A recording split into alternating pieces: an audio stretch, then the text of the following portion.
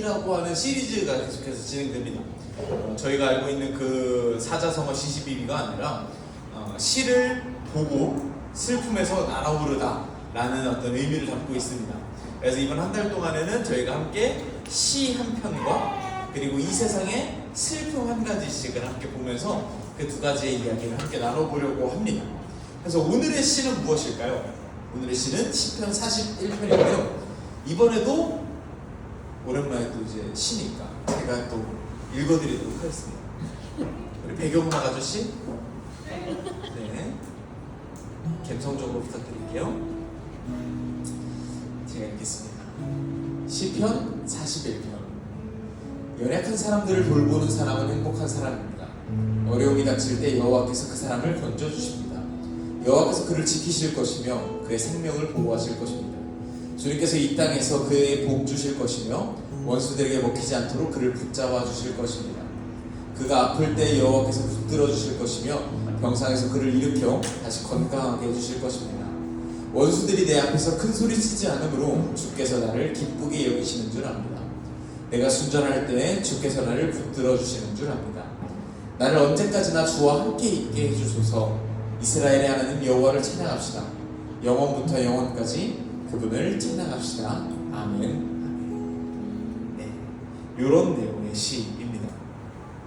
오늘 함께 본 시편 41편은 연약한 이를 도와주시는 하나님에 대한 이야기입니다.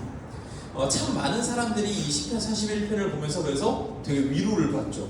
하나님이 연약한 이들을 도와주시는구나. 하나님 참 감사하다. 라고 하는 어떤 위로를 받는데 말이죠.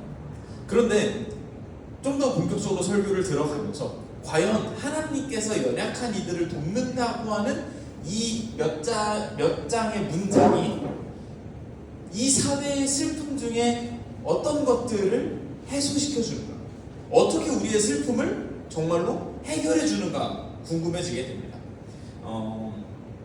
이것에 대해서 오늘 함께 이야기를 나누기 전에 한 가지 문장을 여러분과 함께 이야기해 보려고 하는데요. 그 문장 여러분 아시나요? 여기 혹시 제가 PPT에 띄워놨었나요? 보이는 것보다. 네, 제가 읽어드릴게요. 사물이 보이는 것보다 가까이 있음 이라고 하는 문장 혹시 보신 분 계신가요? 어디서 보셨죠 혹시 여러분? 아주 자동차 사이드미러에 운전하다 보면은 거울 아래 사물이 보이는 것보다 가까이 있음이라고 적혀 있습니다. 사이드미러는 볼록 거울로 돼 있다 보니까 실제로 내 뭐 뒤에 있는 차나 뭐 주차할 때 보행자나 뭐 이런 것들, 이런 보이는 것들이 눈에 보이는 실제 그것보다 더 가까이 있다. 그러니까 눈에 보이는 것보다 실제는 더 가까우니까 조심해라라고 하는 문장입니다. 저는 때때로 그런 생각이 듭니다. 이 문장이 이 세상에 있는 여러 가지 슬픔들을 표현하는 너무 좋은 문장이라는 생각이 들었습니다. 여러분 혹시 그거 아시나요? 우리나라 인구 중에서 장애인의 비율이 몇 퍼센트 정도 되는지 아시나요? 대략 5% 정도 된다고 합니다. 그런데 실제로 여러분은 길거리를 돌아다니면서 뭐 신체적으로 정신적으로 장애가 있으셔서 불편하신 분들을 어떻게 자주 뵙나요? 근데 5% 비율이라고 하기에는 잘 보이지 않아요. 이게 다른 나라에 비해서 굉장히 우리나라 장애인들의 이동권이 너무나 좋지 않다고 합니다. 그래서 실제로 장애인들이 걸어 다닐 때 여러 가지 불편한 점들도 있고 턱들, 계단들 이런 것들이 굉장히 어렵고 개선될 여지가 없다 보니까, 그리고 또 사회적인 시선, 어떤 차별 이런 것들이 좋지 않다 보니까 밖에 돌아다니지 않고 주로 집에 있고, 그러다 보니까 5%나 되는 비율만큼 눈에 보이는 것이 아니라 실제로는 그거보다 훨씬 더 덜 보인다라고 통계가 나와 있던. 제가 개인적으로 굉장히 좋아하는 그 청년 단체 중에 계단 부셔 클럽이라는 단체가 있어요. 얼핏 듣기에는 약간 모여가지고 계단 걸으면서 살 빼는 클럽 같은데 실제로는 그렇지 않고 장애인들의 이동권, 특히 그 중에서도 휠체어 이동권이 보장되지 않는 곳에 가서 이제 펀드레이징 받은 돈으로 거기 이제 경사로를 설치해드리고 이런 어떤 활동을 하는 너무나 좋은 팀입니다. 제가 여러 차례 이야기 드린 적이 있는데, 저는 코너스의 공간이 너무나 예쁘고 아름답지만 언젠가 저희가 이사를 가게 된다면 반드시 엘리베이터가 있는 혹은 1층으로 자리를 옮기고 싶다는 마음이 있습니다. 이곳에 이제 지체장애나 뭐 다리가 불편하신 분들이 오시면 물론 그때도 이야기 드렸지만 저희 포너스 가족들은 당장에 달려가서 휠체어를 등에 짊어지고 업고 올라올 사람들인 거 알아요. 근데 그럼에도 불구하고 여러모로 죄송한 마음이 들 것 같더라고요. 물론 1층이거나 엘리베이터가 있으면 월세가 비싸집니다.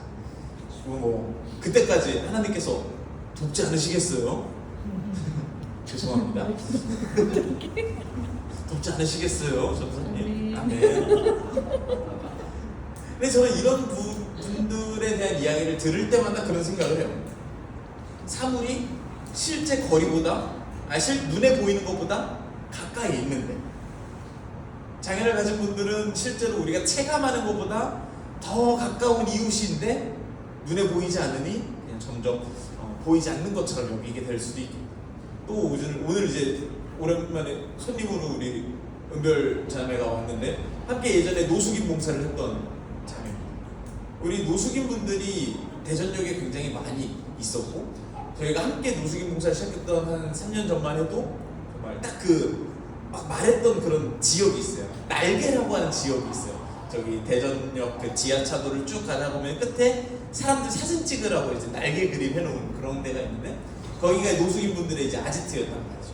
그럼 저희가 항상 밥이 20개, 30개가 나면 우리 날개로 가자. 날개를 가면 거기에 10분, 20분이 늘 앉아 계셨어요. 최근에 저희 포너스가 함께 그 노숙인 사역팀과 함께 갔을 때 이제 날개 한 분도 계시지 않아요. 단속을 당하시고 사람들이 막 뭐라 하고 점점 그런 일들이 강해지다 보니 이제 어디 계신지 모르겠어요.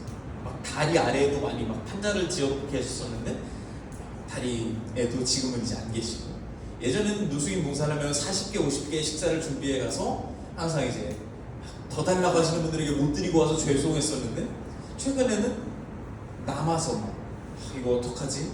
여기 뭐 조금촌에 가서 그냥 단체로 드리고 이런 경우들이 점점 생겨나는 것이죠. 그렇다면 노숙인분들이 줄어드는 걸까요? 아니요, 그렇지 않을 겁니다. 보이지 않는 곳으로 점점 내몰렸던 것이지 않을까 싶습니다. 분명히 존재하지만, 우리가 생각하고 우리가 인지하는 것보다 더 가깝게 존재하지만 실제로는 그렇게 가깝게 존재함에도 불구하고 멀게 보이는 이들이 우리의 사회 속에 굉장히 많이 존재한다는 생각이 듭니다. 그리고 저는 그런 존재들 중에서 개인적으로도 참 마음이 아픈 존재들이 있는데, 그들이 누구냐면 분명히 우리의 실제는 가깝게 있지만 눈에는 멀리 보이는, 체감상은 멀어져 보이는 이들이 대표적으로 학대받는 아동들이라는 생각이 듭니다. 아까 저희가 시를 한 편 봤고요. 이번에는 우리 사회의 슬픔을 한번 보려고 합니다. 말씀드렸다시피 한 달 동안은 시 한 편과 슬픔이 담겨있는 뉴스 한 꼭지를 함께 보려고 하는데요. 오늘의 뉴스 한번 같이 보도록 하겠습니다. 6월 4일 날 있었던 기사입니다. 동거남녀 오픈 채팅방 통해 불법 입양 신생아 순지자 과태유기. 대구에서 오픈 채팅방을 통해 신생아를 불법 입양하고 방치해 숨지게 한 남녀의 범행이 1년여 만에 드러났다. 두 사람은 경기도 자택에서 숨진 여자아이의 시신을 인근 친척집 근처 밭에 안매장한 것으로 밝혀졌다라고 나와 있는 기사였습니다. 여기 잘 적어 있진 않지만 그 기사의 좀 더 깊은 면을 살펴보면은 이 동거 부부는 그 아이를 왜 입양했을까 했을 때 정말 황당합니다. 아이를 좋아해서라고 하더라고요. 그리고 뭐 아직 동거하는 커플이지만 아이 한번 키워보고 싶어서, 어린아이 재밌어서, 뭐 이런 식의 그런 조사 결과를 이야기했다고 하더라고요. 죽은 이 아이는 생후 100일이 되지 않은 우리 하루 정도의 아이였습니다. 입양 보낸 쪽에 친부모는 어떤 사정이 있었는지는 잘 모르겠지만 어찌 됐든 간 여러 가지 사정이 있겠지만 그럼에도 불구하고 무책임함이라고 하는 단어 속에 집어넣을 수 있겠죠. 그 작고 힘없는 아이, 정말 아무것도 할 수 없는 그 연약한 아이가 그야말로 이용된 거죠. 한 커플의 어떤 흥미에, 한 커플의 호기심에 이용당한 겁니다. 만약에 그 여자아이에게 어떤 사회적 물리적 힘이 있었다면 이런 일이 발생했을까라는 어떤 고민이 듭니다. 지난 2021년에 있었던 우리 사회 전반적으로 참으로 큰 충격과 너무나 극심한 분노를 일으켰던 사건이 한 번 있었습니다. 여러분 혹시 기억하실까 모르겠습니다. 정인이 사건이라고 하는 사건이 있었죠. 한 부부가 한 여자아이를 입양했습니다. 그리고 그 입양한 여자아이 입양하게 된 어떤 이유는 참 거창하지 않게 청약 당첨을 위해서 입양했다고 합니다. 다자녀일수록 혜택이 있습니다. 그렇게 입양한 아이를 폭행하고 학대하고 굶기고 어떤 신체적 정신적 학대로 그 조그만 아이를 숨지게 만들었고 그 숨지게 한 것조차 어떻게든 숨기려고 하다가 결국은 밝혀졌던 사건이었습니다. 그런데 더 세간에 충격을 줬던 건 그 부부가 그 조그만 아이를 때리고 굶겨 죽인 그 부부가 고작 청약 당첨을 위해서 어린아이를 입양해서 그렇게 끔찍하게 만든 그 부부가 둘 다 목회자 자녀였고요. 아버지는 기독교 방송국에서 일하는 PD였고요. 그 친모는 그 입양한 어머니는 심지어 매주 주일 교회 주일학교에서 아이들을 가르치는 분이었습니다. 분이라고 하기도 좀 싫은 그런 인간이었습니다. 참으로 충격이었고 수많은 기독교 매체가 욕을 먹었고 그리고 수많은 기독교 매체와 교회가 이때 너나 할 거 없이 하루빨리 기사를 냈습니다. 이런 일에 너무 가슴이 아프다. 이런 일이 또 있어서는 안 된다. 우리 땡땡땡 교회도 학대 아동들을 위해서 열심히 더 섬기겠다. 사회적으로 더 애쓰겠다. 수많은 기사들이 쏟아져 나왔습니다. 그러나 이번 주 중에 제가 검색해본 바로는 물론 실제로는 모릅니다. 실제로 그런 교회들이 열심히 그 사역을 하고 있으나 기사화하지 않을 수 있고 그런 교회들이 드러내지 않고 싶어 할 수도 있습니다. 그러나 너나 할 거 없이 그 기사를 쏟아냈던 수많은 대형 교회들이 이번 주 중에 제가 검색해본 바로는 아무도 그 사역을 유지하고 있는 교회들은 찾아보기가 어려웠습니다. 심지어 그때 당시 2021년에 정인이 사건이 너무나 큰 사회적 이슈가 되어서 우리나라 정치계에서도 들고 일어났습니다. 이런 일이 있어서는 안 된다. 우리 미성년 자녀들의 권리를 더욱더 증진시켜야 된다라고 해서 이제 일명 정인이 법이라고 하는 법이 발의되었습니다. 그리고 이 법은 다음 주에 폐지됩니다. 국회에서 한 번도 통과되지 못하고요. 3년을 떠돌다가요. 다음 주 국회까지 통과되지 못하면 기한이 지나서 소멸되게 됩니다. 그저 정쟁의 도구로만 사용되었던 정인이가 그렇게 아무런 어떤 남기지 못하고 폐지되게 된 상황이 돼버린 것입니다. 참 가슴 아프죠. 그 작은 아이가 부모에게 입양된 부모에게 그렇게 이용당하다가 목숨을 잃게 됐는데 그 정인이를 교회도 가져다가 당장 자신들을 변호하는 도구로 사용하고요. 이용해버렸고요. 정치판도요. 그 조그만 아이를 정쟁의 도구로 사용하다가 결국은 아무것도 도와주지 않고 마무리가 되고 말았습니다. 그리고 결과가 무엇인가요? 3년이 지나고 이런 일이 또 발생한 것입니다. 이 뉴스가요, 여러분, 오랜만에 발생한 뉴스일까요? 아니요. 이번 주에만 신생아 또는 이제 영아가 살해당하고 학대당했던 뉴스가 3건이나 발생을 했고요. 그리고 몇 달 전에도 여러분 잘 알고 계시죠? 그런 영아 살해 유기에 대한 그런 사건들이 다 수면 아래에 있다가 드러난 것이 1000건이 넘게 드러났습니다. 고작 3년 전에 정인이 사건이 있었던 게 채 3년이 지나기 전에 말이죠. 참으로 슬픈 일입니다. 2024년에 조사된 바로는 매달 13명의 자그마한 아이들이, 우리 영아들이 죽는다고 합니다. 부모의 어떤 학대로 인하여 말이죠. 이런 슬픈 일들이 세상에 덕지덕지 묻어있는데 좀 전에 저희가 함께 읽었던 시편 41편의 이야기는 저희에게 어떤 위로를 주고 있는 거예요. 하나님이 연약한 이들을 돕는다는 그 시편 41편에 적혀있는 글귀들이 이 슬픔에서 우리를 벗어나게 만들어주나요? 그렇지 않은 것 같아요. 하나님은 연약한 이들을 돕는다고 이야기하고요, 수많은 교회가 하나님이 연약한 이들을 돕고 있으니 힘을 내세요, 힘을 내세요, 주님이 손잡고 계시잖아요, 찬양을 부르지만 한 달에 13명의 아이들이 죽고 있고요, 지난 10년의 통계에서 1000명의 아이들이 죽었고요, 정인이 사건이 그렇게 있었음에도 불구하고 사회는 아무것도 바뀌지 않았어요. 여전히 슬픔 속에 있는 사회 속에 저희는 살고 있습니다. 우리 하루 열심히 우리 부모님의 사랑을 받으며 자라고 있고, 이렇게 2주에 한 번씩 교회를 벌써 나오게 될 줄 몰랐습니다.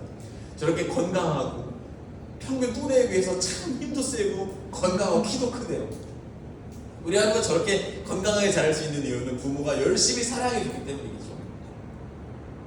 근데 그 사랑 모두가 받고 있는 거예요. 그렇지 않더랍니다. 너무 슬픈 세상이더랍니다. 이 슬픈 일을 우리가 어떻게 해결할 수 있을까요? 저희가 시편 41편, 하나님은 연약한 이들을 도우시는 분이다 라고 하는 적혀있는 그 시편 41편을 다시 한번 볼까 하는데요, 저희가 놓쳤던 부분이 있습니다. 첫 번째 줄과 두 번째 줄 같이 한번 읽어보도록 하겠습니다. 시작. 연약한 사람들을 돌보는 사람은 행복한 사람입니다.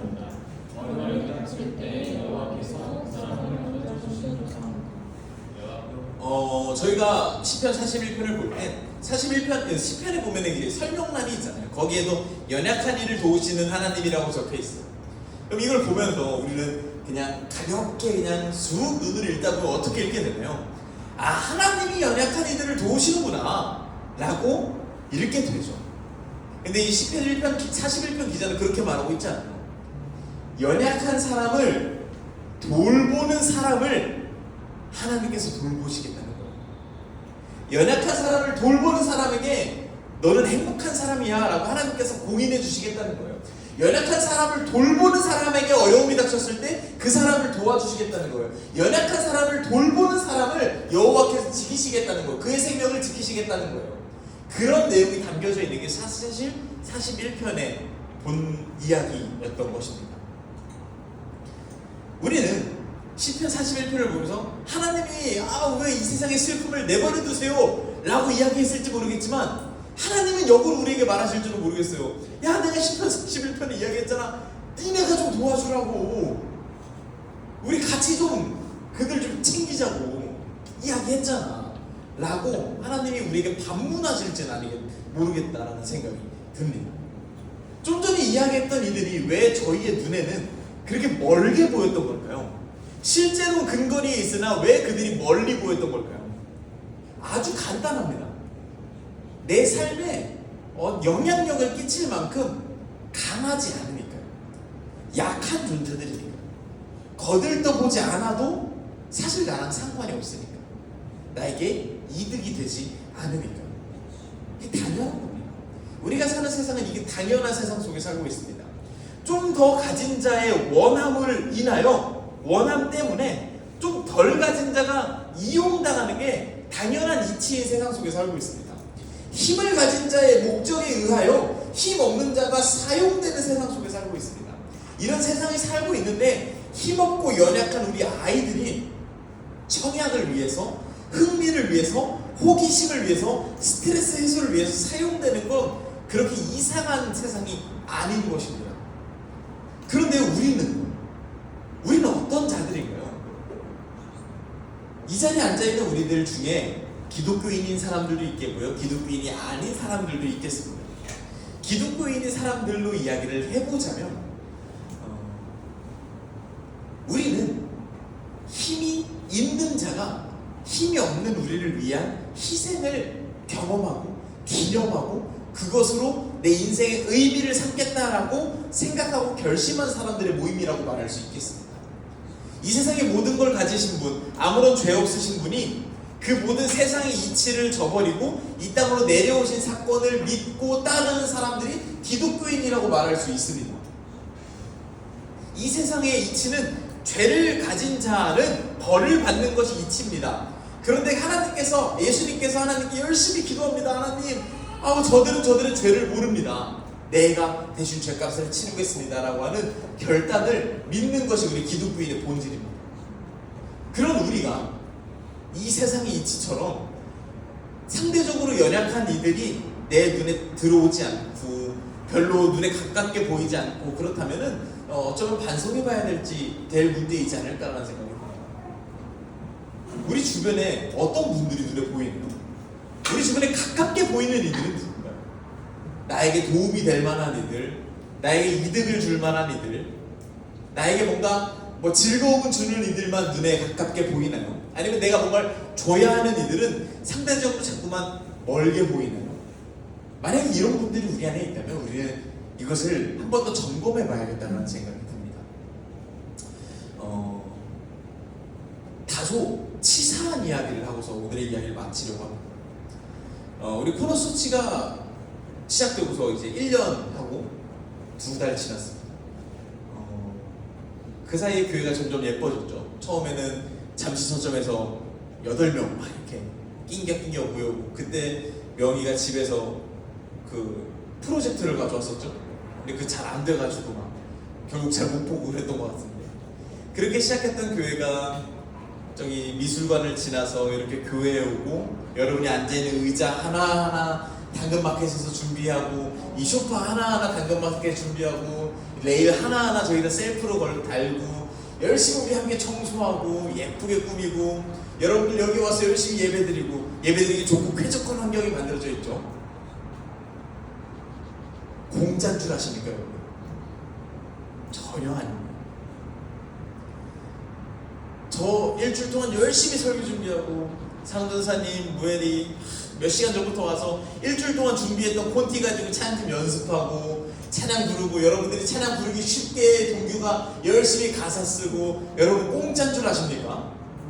전혀요. 아주 속된 이야기지만 여기서 사역하고 있는 저나 상은전사님 월급 한 푼 받지 않고 여기서 사역하고 있습니다. 왜요? 여러분들 좋아서요? 공짜로 드리고 싶어서요? 아니에요. 여러분 대가 치르셔야죠. 여러분 근데 그 대가 어디서 치르시게요? 더 열심히 매주 출석하세요. 더 열심히 와서 봉사하세요. 그런 이야기 아닙니다. 받은 게 있다면 우리는 나눠줘야 되는 의무가 있습니다. 하나님의 사랑을 받았다면 하나님의 사랑을 전해주십시오. 혹시 이 자리에 앉아 계신 분 중에 난 아직 하나님의 사랑까지는 모르겠어, 그래도 여러분은 받은 게 있을 겁니다. 부모로부터 받은 게 있을 것이고요, 사회로부터 받은 게 있을 것이고요, 지금 이 자리에 앉아서 코너스처치로부터 받은 게 있을 겁니다. 받았으면 갚아주셔야죠. 멀리 보이는 일들이 있다면, 눈에 보이는 게 멀리 있다면 다리를 움직여야죠. 한 걸음 두 걸음 그들에게 가까이 가서 억지로라도 가까이 보아야죠. 다소 치사한 이야기지만 어쩌면 저는 성경에서 우리에게 이야기하는 바가 바로 그것일지도 모르겠다는 생각이 듭니다. 나 널 너무 사랑해. 나 널 너무너무 사랑해서 가만 놔둘 수가 없어. 그래서 그 죄값을 치르기 위해서 내가 십자가에 달릴 거야. 목숨을 내어줄게. 그 사랑 받았지? 끝이 아니라 내가 너희를 사랑한 것 같이 너희가 나아가서 서로 사랑해줘. 사랑을 나누어줘. 그래야 너희가 내 제자인 줄 알 거야. 이게 성경에 적혀있는 진리입니다. 받고 퉁쳐라. 사랑받으니까 너무 좋다. 마음에 평안이 있고 쉼이 있고, 결코 이게 신앙생활의 본질이 아닙니다. 하나님께서 우리에게 원하시는 신앙생활은 받은 사랑만큼 내어주어라 라는 것입니다. 그 받은 사랑을 체감하고 체감될 만큼 내어주어라 라는 것입니다. 저는 개인적으로 코너처치를 생각할 때마다, 정말로 오버하는 게 아니라 생각할 때마다 최고감이 있습니다. 사랑의 선순환을 외치는 교회예요. 우리 사랑이 여기서 머무르지 않고 고이지 말고 흐릅시다라고 이야기하는 교회입니다. 그런데 우리 코너처치를 생각할 때마다 우리가 정말로 그러고 있나라고 하는 고민이 듭니다. 마침 이번 주 설교를 준비하고 있는데 대전 지역에 참 알려지지 않은 못 모 사회복지단체를 알게 됐어요. 민들레라고 하는 단체입니다. 민들레 풀네임은요, 민들레 학대 아동 보호센터입니다. 있는 줄도 몰랐어요.